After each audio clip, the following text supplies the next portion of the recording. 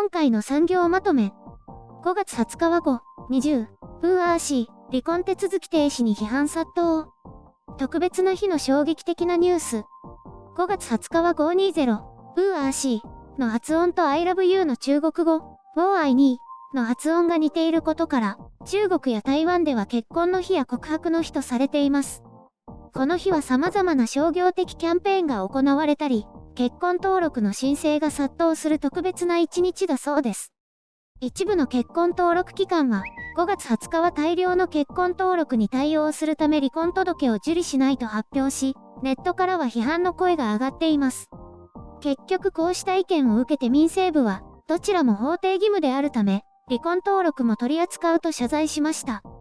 中国政府は今年から離婚に30日間の冷却期間を設けるなど、離婚数の減少に躍起になっていて、第一四半期は 70% 減ったと喜んでいます。中国各地では多くのカップルが結婚登録のために行列を作ったり、合同結婚式が行われるなど賑やかな一日となったようです。一方で新型コロナウイルスの感染が確認された一部の都市では、混雑を懸念して結婚登録の受付中止を発表するなど対応が分かれました。台湾でもこの日は特別な日ですが、感染拡大を受けて大規模なキャンペーンは行われませんでした。5月20日は蔡英文総統の就任日でもあり、感染拡大や連日の停電、水不足などで責任を追及される場となったようです。中国や台湾では幸せな報道が飛び交う中で、大物芸能人カップルが離婚を発表し、全土に衝撃を与えました。全体としては婚姻率は大きく低下を続けていて、これはひいては人口問題にもつながるとして対策が必要とされています。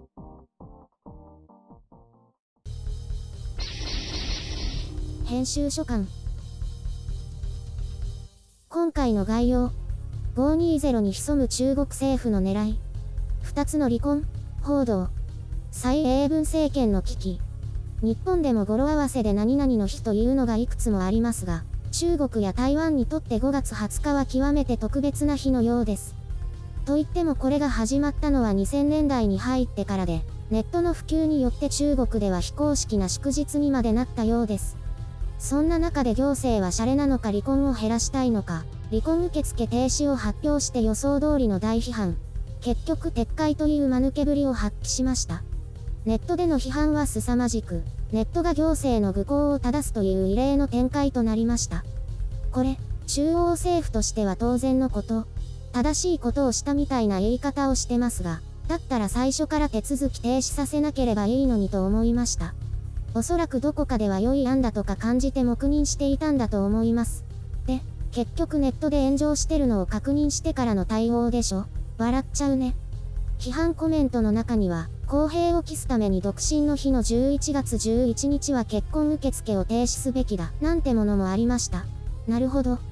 中国政府としては、とにかく結婚を増やして離婚を減らし、人口を維持したいという基本的な考えがあるようですね。離婚が前年比や前四半期比で 70% 減ったと報じていますが、3月2日以降に離婚を思い立った人は3月中に離婚できないんだから減るのは当然。この冷却期間制度が有効に機能しているという評価はちょっと拙速だし、幸せな家庭が増えたとも思いませんね。数字遊びじゃん。方法はどうあれ、様々な社会問題に対応しようとしているのですが、いろいろ細かいところで権利を圧迫してくるよね。この国は。とはいえ、こうしてネットを通じて国民の声が届き、修正されるようになったんだから中国も少しはマシになったんだと思いますね。昔なら黙って受け入れるしかなかったでしょうから、そうやって中央政府への不満が蓄積されているのをある意味で防いでいるのかも。それだけこれまで国民無視の横暴な制度を繰り返してきたってことですよ。今もいろいろ強引にやってますけどね。離婚冷却期間もしかり。中国でも台湾でも、どうでもいい結婚の報告が相次いで盛り上がる一方で、大物カップルの離婚報道。中国や台湾ではなんでこの日に、という感じで受け止められたようですが、告白の日でもあるんだから、離婚を告白するのも別にいいんじゃないの？女性の方は新疆ウイグル自治区の出身で、おっと？と思ったのですがシバ族という少数民族で、ムスリムの方ではないんですよね。別に特別な意味はなかったようです。なんか男性の方が浮気癖があって、二人の関係はとうに終わっていたのだとか。それもあって、あえて5月20日を選んだということなのかもしれませんね。中国では前日にももう一つの大きな離婚を経験しました。中国で妻と呼ばれていた新垣結衣の結婚報道です。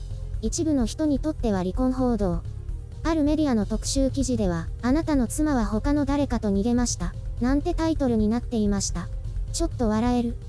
中国人からすれば、どうせなら5月20日に発表すればよかったのにというところですが、そんなの知ったことかと。新垣結衣といえば、ちょうど1ヶ月前に新疆ウイグル綿花の使用を停止すると発表した H&M の公式アンバサダーとなり、一部の中国人を失望させました。ちなみに中国人の大半はウイグル問題に興味はなくて、中国を裏切ったと叫んでいるのはごく一部のネット愛国者だけのようです。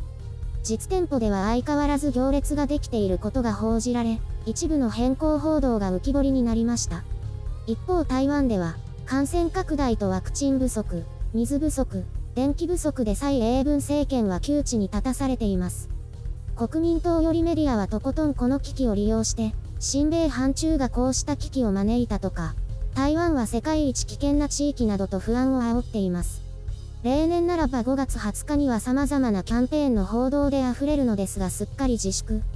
台湾の結婚登録は地域によって増えたり減ったりで、全体としてはやはり少し減っているようです。今日は特にどうでもいい内容でしたね。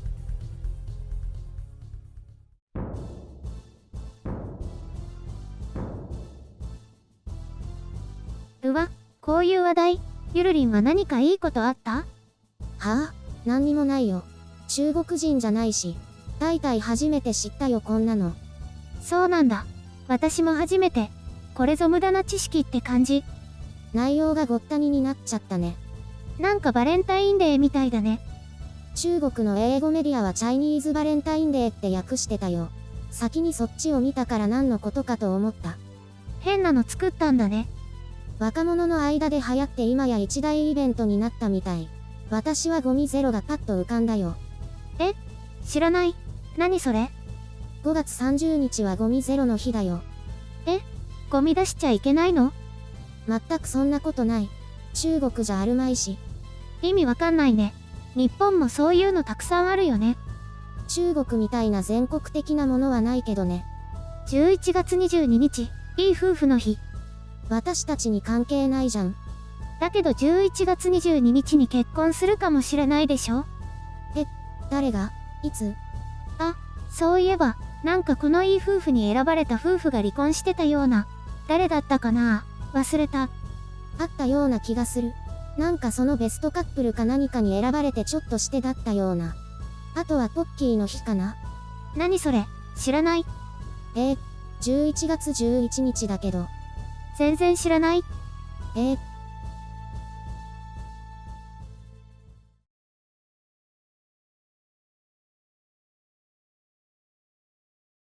昨日このコーナーのタイトル募集を呼びかけてみたでしょ？コメントに応募が殺到していたんだよ。殺到はしてないけど。しかも皆さんタイトルに、白雪姫って言葉をつけてくれてるの。うふふ、お姫様になっちゃった。だから今日は機嫌がいいんだよ。私もそれ気になった。姫ではないよね。そういうツッコミはいらないの。空気読んで。二人ともそのコメントの最後に、これボツで、ってちゃんと書いてあったよ。姫は言い過ぎだってすぐ気づいたからだよ。照れなくていいのにね。ところでガッキーさんもご結婚おめでとうございます。いいんじゃない？お似合いだと思うよ。稲垣って言ってたよね。今日はツッコミ鋭いね。いや、そこ間違えないよ。おかしすぎるから。卓球の愛ちゃんは、結婚発表の時は祝福ムードすごかったけど、なんか今は大変そうだよね。どっちがどうなのかはわからないけど。うわ、そこ出てくる？台湾つながり？そういうことじゃないけど、なんか幸せそうな時を思い出しちゃって。ずっと仲良しでいるのって難しいのかな？私の理想の夫婦は、良い子の浜口と南明菜かな。なんでその二人？ほら、浜口さんは無人島0円生活とかしてたじゃない？あれってなんか今の私の動物さんとの無人島生活にも似てるなーって。あはは。そのためだけ？そうだよ。それで動物のいる無人島なんだけどね。空から風船につながれてお洋服が飛んできたりするの。ちょうどこの前お姫様の服が飛んできたからそれを着てるの。集まれ、白雪姫のてんこ盛り。ふふふ。コメントくれた人がつけてくれたタイトル。これ意外といいよね。時々コメントくれる人なんだけど、お名前が読めないんだよね。コパネマコパカパナさん？コパネカイパカバーナさんだよ。私もなんとなく可愛い感じでいいと思った。姫が気になるけど、あと略すとあつ森だし。上品なお姫様としてふさわしくなったらこのタイトルにしようかな。白雪的不思議空間もいいけどね。そのまんまだから。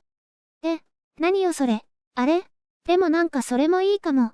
いわゆる、不思議の国の白雪姫ってことでしょ？ワンダーランドじゃなくてミステリアススペースだと思う。